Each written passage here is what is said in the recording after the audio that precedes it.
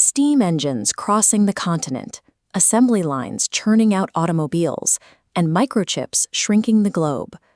Over 2.5 centuries, the American identity has been forged by compounding, relentless technological innovation. In 2026, the United States marks its 250th year, a milestone that coincides with generative tools like ChatGPT moving from experimental labs into the center of daily life. But this technology did not materialize out of thin air. In the late 1950s, the geopolitical paranoia of the Cold War and the launch of the Soviet satellite Sputnik triggered a massive injection of federal defense funding into American science. Millions of those dollars flowed directly into places like Stanford University. The campus quickly transformed into a unique ecosystem, explicitly designed to blend rigorous military and academic research with high-risk commercial enterprise. This environment focused on automating high-stakes tasks like signal processing and pattern recognition, funding the specific research into neural networks and logic systems that eventually became the technical blueprints for generative AI. Out of that Cold War incubator came the hardware revolution. Companies like Apple took complex, room-sized computing and packaged it into accessible, user-friendly devices for the general public. Then Microsoft arrived to build the invisible infrastructure, standardized software operating systems that allowed all those individual machines to actually function and run programs. As millions and eventually billions of people connected online, Google emerged to index and organize the resulting explosion of global internet data.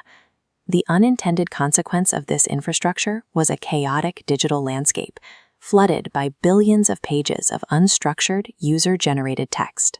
By the early 2020s, the volume of this data exceeded the capacity of manual human curation. Without a new way to synthesize these petabytes of text, the vast majority of the Internet's information remained disorganized and effectively unusable.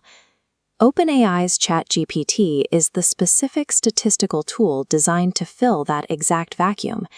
It runs on an architecture known as a transformer model. This system ingests terabytes of human history, books, articles, and websites, and breaks that information down into tokens, which are essentially small, processable fragments of words. To make sense of these fragments, the system uses an attention mechanism. This allows the AI to look across long sequences of text and mathematically weigh how relevant one specific word is to another, even if they are sentences apart. The machine then navigates an abstract probability space. It calculates the exact mathematical likelihood of which word should come next in a sentence, locking in the highest percentage choice. We have built an engine that lacks any actual comprehension of what it is saying, yet it perfectly maps the statistical shape and structure of human language.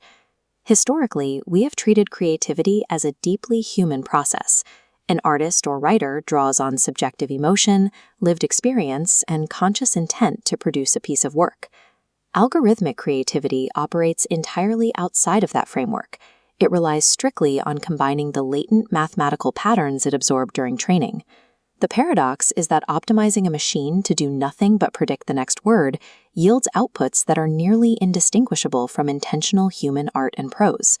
This collision of math and language forces us to ask a difficult question. If a machine can write a poem that moves us to tears, does authorship require a human soul or merely a sufficiently massive data set?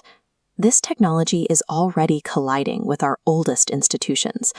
For decades, the traditional classroom has relied on a rigid industrial-age model, uniform curricula, and standardized testing that struggle to accommodate individual learning speeds. Generative AI offers an alternative, a hyper-personalized tutor. The system can dynamically adapt to a student's specific strengths, instantly adjusting the difficulty of the material and offering customized feedback. But this level of customization requires a trade-off. It involves surrendering massive amounts of sensitive student data to corporate algorithms, while simultaneously substituting the empathetic guidance of a human teacher with a machine.